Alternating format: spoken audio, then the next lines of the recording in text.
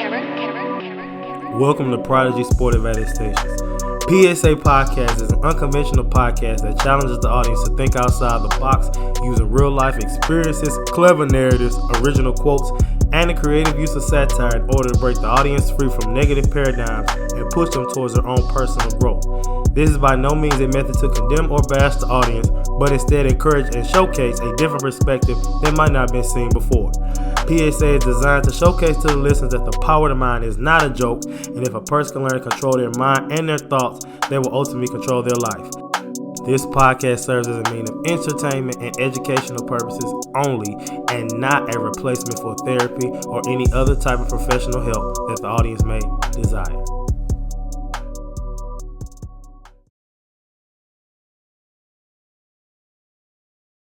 What's going on, everybody? Thank you so much for everybody who tuned in, listened to, streamed. I can't thank y'all enough for all the support from Bold. It was 11 weeks? It was 11 tracks. And although I dropped track 10 and 11 in the same week, on the same day, it was 11 weeks, so we skipped a week. It was an 11-week series, and I enjoyed it. But I ain't gonna lie to you, I got tired of it. But I really felt like an artist, and and compared to last season when I did I don't know who needs to hear this, the mixtape, looking back, I didn't know how I was going to top that. And I thank God for that, because each time I'll be like, I don't know how I'm going to top this, I don't know how I'm going to top that. I top it. And everybody arguing about Donda and Certified Lover Boy. But guess what? There's only one category for podcasts out. And that's me, baby. And ain't nobody topping me. So, and even if they come out with one, because I suggested, with me being a blueprint and all, things that I was a blueprint for, like the after show lives with the podcasters, creators talking about it. People tried that. And with, if someone does try to do a podcast album, I mean, hey, go ahead. I want to see you succeed. I want you to top me. It's going to be hard to do, but I want to see it. All right. Speaking of Certified Lover Boy, I was listening to this dude, and he was talking about, I feel like Drake fans keep playing the album over and over again until they like it. Because a lot of y'all be like, oh, it ain't Drake's best work. And then, it's something I feel like people be having to give 4 and 5, 6, 7 listens to. I feel like if you got to give it more than 2 listens, it's kind of like, but what do I know? All right, y'all. So I've been, dilly-dallying. Because today's episode is actually about something pretty important. And with it being Suicide Prevention Week, I thought it was best to do an episode about suicide. Now, if you recall, season 2, I did one with T-Seals and Bandicoot. But this one I'm being more specific with. And suicide affects us all. It affects me personally from at one point dealing with those thoughts, and have had people close to me commit suicide. And even some people that were close to me that attempted or even thought about it. I'm sure at least one person. So I think this episode will be good for that. So today's title, some a little controversial, but that's me. And today's title is Suicide Selfish? The meme reads, National Suicide Prevention Line. National Suicide Prevention Lifeline, 1-800-273-8255. All right. Inspiration comes from obviously being Suicide Prevention Week, and just suicide awareness altogether is just another, just another form of inspiration for me. And then obviously, like I said earlier, dealing with suicide at one point in my life. So let's move on to today's story time. So today's story time is something that I found from NAMI.org, and this is Michelle's story. Now, her story is very long, but because of time, I'm just going to kind of read some points from it, and then we're going to kind of discuss it. All right. So she says that I believe suicidal thoughts and suicidal actions are different. I believe that once you cross that line into the action, it officially becomes an option in the future. That it's never truly safe to have the thoughts again without having a safe support system to openly express the thoughts in a non-judgmental way. The actions become an answer, and the thoughts can evolve into actions. Thoughts are thoughts. Actions, however, can change the world. Change is life. This is why it's so important to open up the dialogue publicly about suicide and mental illness. The statistics show that many completed suicides are not intentional attempts. Those that needed help are those who just those that need help are not just those with the thoughts, but those that have already tried to end their lives. Being one of these people, I know firsthand there's more shame and more fear after an attempt than just having the thoughts. Surviving my attempt backfired on me and made me feel like I did not want to overutilize my long developed support. I had put so many loved ones through hell. I did not want to seem overly needy. I isolated myself more than ever. I put the people who supported me through so much that I feared letting them know I still was struggling to heal. I wanted everyone to think I was okay and back to normal. She said she is still not okay. She then ends off by saying, my silence protects the demons from showing. People often judge me, but they are really unknowing. To think that depression has a sound or a first name is just as ignorant as thinking the two the same. If you hear nothing but silence, beware and ask before assuming the person does not care. Silence is my prison that mimics I am not okay. The demons are there and I fight them every day. All right, so I gotta give her 2 snaps for that, right? Well, that's like 40 snaps, but it was a poem at the end. It was a story that led into a poem. And I love what she says about that she fights her demons every day, because if you're not fighting your demons, then they just living in your life and they good where they at. So that means they chilling.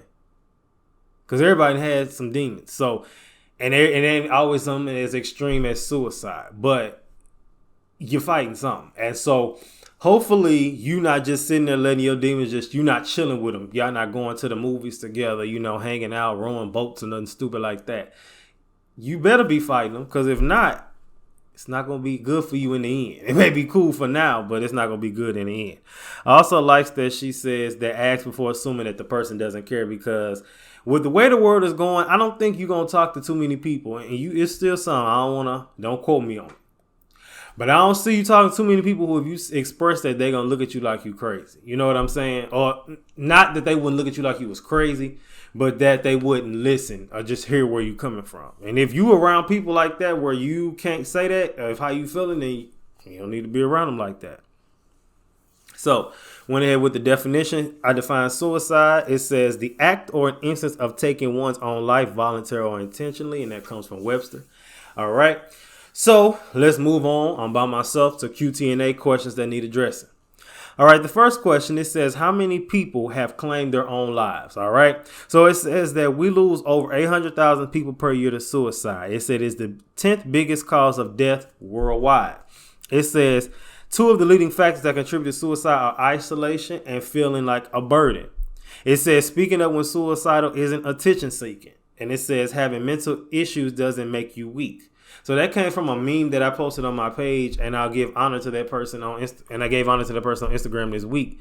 But yeah, so it claims a lot of people, unfortunately, and and just being honest, it's going to be more people that probably, may have another attempt or another thought. But it's stuff like this and conversations like this and doors open like this where we can, lessen the number, because we can't stop everything, but if we can reduce, I feel like I can sleep better at night knowing that. It says that the next question it asks is, am I personally happy that this is being discussed more? Absolutely, because you open the door for the conversation could save somebody's life. You can make them feel like, I'm not the only one. And I think, as far as the other question, which says, how does this relate to mental health? Everything. Because that's typically why people, their mental health may, is affected by something, and they come up with the thought and they may not come up with it. I feel like most of the time, not all the time, is a spirit behind that. But some speaking to them, selling them, suggesting. Sometimes it's an aggressive suggestion. Sometimes it's just a little, well, maybe you shouldn't be here. That kind of thing. And then the thing is with them demons, they speak in your voice. So that's why I said you need to be fighting your demons every day, because if you're not, you gonna just be passive and allow. You never wait on the defense. I'm sorry. You're on the offense with that. You always are aggressively, going against, taking your thoughts captive, which I'm gonna get into that later. Attacking any demonic, thoughts that may try to come. You just can't just let it just go in your brain. You know what I'm saying? You have to, if you get a thought in your head that is not that goes against who you are and who you know yourself to be, you have to fight it. Or you get a suggestion that maybe you shouldn't be here. That's when you have to state all the reasons why you know you're supposed to be here, and we'll get into that a little later on. So the thoughts it says that most people have, got this from one of my websites. It says that most people have, as far as when it comes to suicide, a lot of the times, these are the thoughts. They say they think they're alone. They think that they're a burden. And unfortunately, they feel a sense of hopelessness and feel as though things will never get better. And that's not always true. I'm a firm believer that things will always get better. It may not be when we want it to. It may take years. But eventually it will get better. And I hate this notion that you have to live with suicidal thoughts for the rest of your life, because that's not true. And anybody that told you that lying. So keep that in the back of your head today. All right. So now I got 6 reasons it says that why people commit suicide. All right. And this is by Alex Lickerman. All right. And this is from Psychology Today. It says the first one is that they're depressed. It says severe depression is almost accompanied by a persuasive sense of suffering, as well as the belief that escape from it is hopelessness. The pain of existence often becomes too much for severely depressed people to bear. So obviously, well, most people, I heard like when people commit suicide, the first thing people ask, oh, they were depressed. And that's the case a lot of the time, but not always. So here are the other ones. It says the second one. Now, this one threw me off at first, but just listen. It says they're psychotic. It says malevolent inner voices often command self-destruction for unintelligible reasons. Psychosis is much harder to mask than depression is arguably even more tragic. So we see right there the voices in your head. What song was that? And it was like, I heard a voice in my head think I'm schizophrenic. Was that B.O.B.? I don't know. He ain't made no songs in a minute. But it was somebody, that's not funny, I'm serious. But it was somebody that said that in the song. But I'm telling you, you have to take your thoughts captive to the obedience of Christ. And this is 2 Corinthians 10:5. You have to. You have to stand on guard with your thoughts. You can't just be sitting up in your thoughts just wallowing in despair. Because if you do, them thoughts going to get worse and worse. And you find yourself having a moment, you have to fight it. You have to get in your journal. I would suggest you even getting in the journal and writing down everything about yourself that you like, to where you see it on a regular basis. Play some music that make you feel good. Even with that, you got to watch that, because some of these songs, they be speaking to you. It was a few suicidal songs. I know Rihanna had one. I know Lil Wayne had one. You're coming into agreement with certain things that y'all be singing because you're saying it out loud. Like the Lil Wayne song, I Feel Like Dying. And you just imagine just singing it all day long and you already depressed. That's not okay. It's going to make it worse. The third one says that they're impulsive. It says often related to drugs and alcohol. Some people become impulsive and attempt to end their own lives. It says once sobered and calm, these people usually feel ashamed. So, yeah, that's another one. The fourth one, it says they're crying out for help. It says that, and they don't know how else to get it. So these people don't usually want to die, but they want to alert others and let them know something is wrong. I know people that have done that where they, it's like, what was I watching? I want to say Futurama. And he was like, I'm a jump.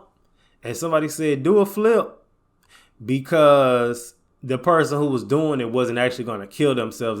We just wanted attention. And do I believe some people do, act like they want to commit suicide for attention? Absolutely. And that saddens me, because there's a lot of people out here who really don't want to be alive and actually have attempted suicide, or, if they had the opportunity to do it, they would. And so it's kind of in a sense like, what are they going through, to where obviously they want attention, but what else is it that they're going through to where they want that attention so bad that they'll attempt to harm themselves or whatever? So then that's some mental illness, and that's another episode, because it's clearly something there that they need help with, clearly. All right. The fifth one says they have a desire to die. It says the decision to die by suicide for some is based on reasoned decision and often motivated by the presence of painful terminal illness from which little to no hope exist.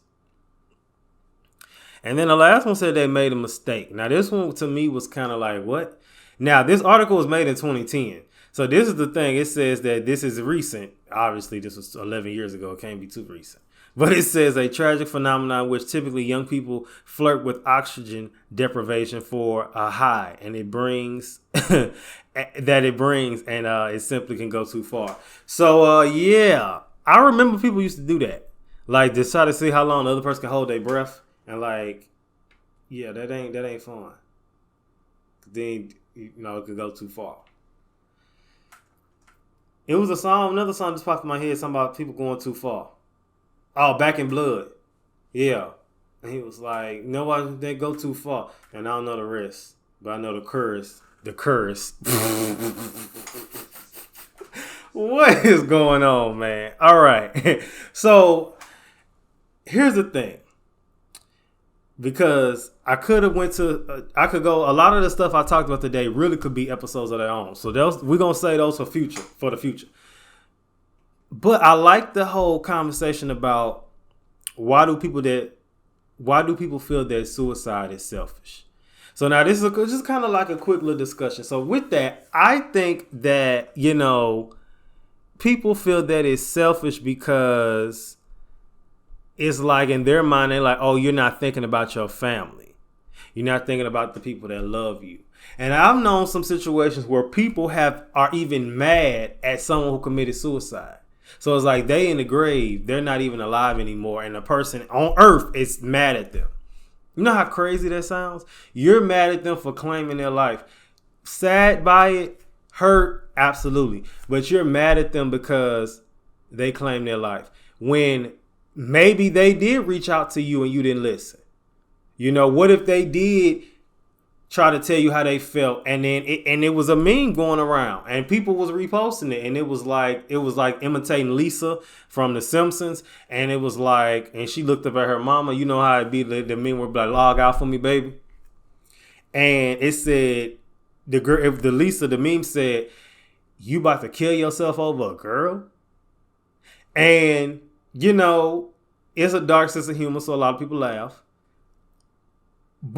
And then Sean Kingston said, beautiful girls, they had you suicidal when they say it's over.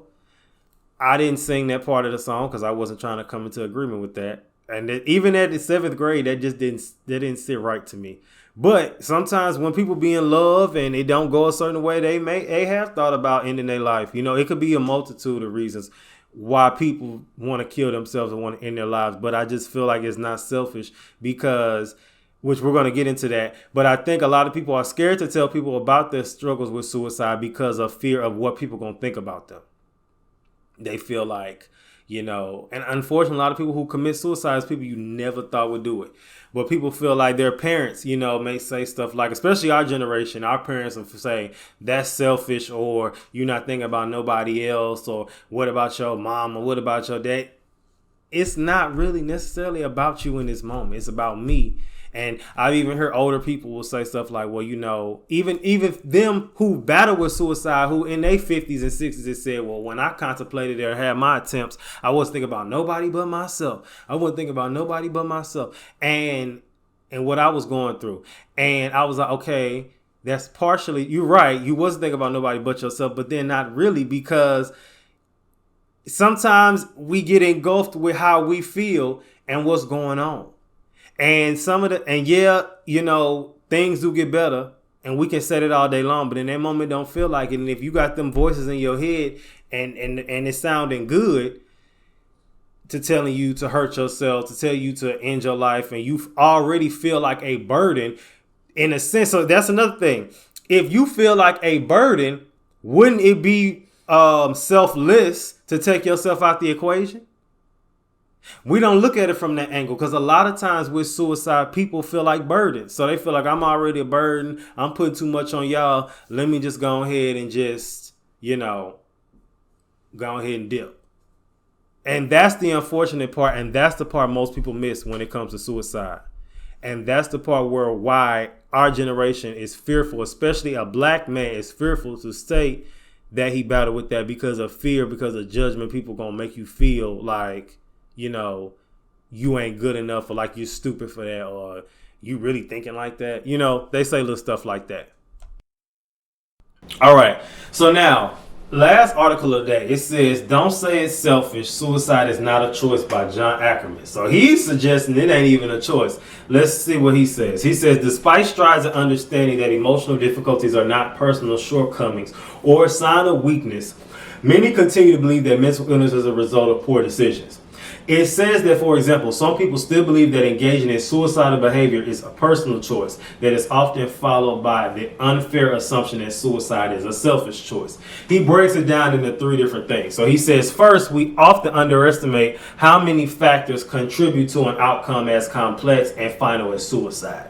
It says those who experience this kind of emotional pain associated with suicide do not typically want to die. They wish for an end to unbearable emotional pain, and often the resources that allow them to hold on aren't available. Individuals who struggle with thoughts of suicide usually have a hard time thinking of flexibility, and their ability to see an end to pain and a life worth living is greatly compromised. So in this instance, I like that. They don't necessarily want to kill themselves because they just want to die. They just want this to end. They tired. I mean, we got to be honest in today's society. This corona stuff is, you know, the short that I'm in, this, not the short, but the little documentary panel that I'm in this week. Shout out to Ryan and Polish Network that I hosted. They talk about that. The pandemic, you want that to end. It was too much for people, especially people who will stay alone and who already had those feelings, and you can't see people because of sicknesses. And you just like, you know, it's just a lot. It's stressful. The news stresses people out, you know. Living in poverty, you tired of hustling and trying to make ends meet, and it's just not working. You know, it's so many things. Your girl might have left, and that really broke you down. Or, you know, maybe a family member passed away that was like the patriarch or the matriarch for your family. One of your close friends passed away, and y'all was joined at the hip. A family, you know, and it's a lot. Now, I'm not saying that, you know, because those things happen, life ends, because it doesn't. But for those who struggle with seeing, you know, from the other side, because I've lived both lifestyles. I didn't been on the side of feeling like, you know, I want these things to end, or I'm tired of dealing with this, and now I'm on the other side which I got through it. And I'm at this place where it's like, you know, my view on it now is where life is when bad things happen. I always say, okay, well, it'll get better. But that don't mean don't mourn. That doesn't mean don't, you know, actually go through the grieving process or whatever it is, because if you bottle up stuff, then it's going to be an explosion later. But, you know, I mean, I have my bad days, clearly. But I believe that life is worth living. And I don't have the mindset that, you know, I have to end it here. I feel like I want to see myself get to the end of this, whatever it may be. You get what I'm saying? That's where I'm at now. But again, if you're not there right now, I just want you to know that you can be, because you can. So that's what I hope comes from this episode. The second one is, viewing suicide as a choice promotes the misunderstanding that people engage in suicidal behavior are selfish. All right. He got a definition. It says selfishness has been defined by Merriam-Webster as seeking or concentrating on one's own advantage, pleasure, or well-being without regard for others. Suicide does not generate pleasure, advantage, or well-being. Catch that. He says suicide does not generate pleasure, advantage, or well-being. So therefore, how is it selfish? It says people who take their own lives commonly feel like a burden to others, which I said earlier, or experience intense emotional pain that overwhelms their capacity to continue with life. Making others feel guilty is typically the furthest thing from their mind. So they're not doing the suicide to make you feel bad. In a lot of cases, they feel like, I don't want to keep putting this on you. Have you heard when people be like, I'm going through something, I'm depressed, I don't want to be around people because I don't want to put this on them? It's kind of the same thing with suicide, you know? And again, I'm not giving this episode is not to make it seem like suicide is the way to go. But in the same breath, I want to put an end to the people who say that suicide is selfish, because it is not. And third, it says a choice usually involves making a selection based on multiple factors or preferences. Sadly, an inability to make rational, life-affirming decisions is a hallmark of suicidal thinking. It says intense emotional pain, hopelessness, and a narrow negative view of the future interferes with balanced decision making. It says a person may believe that they are making the best decision amongst their options, but it certainly isn't reflective of all possible choices.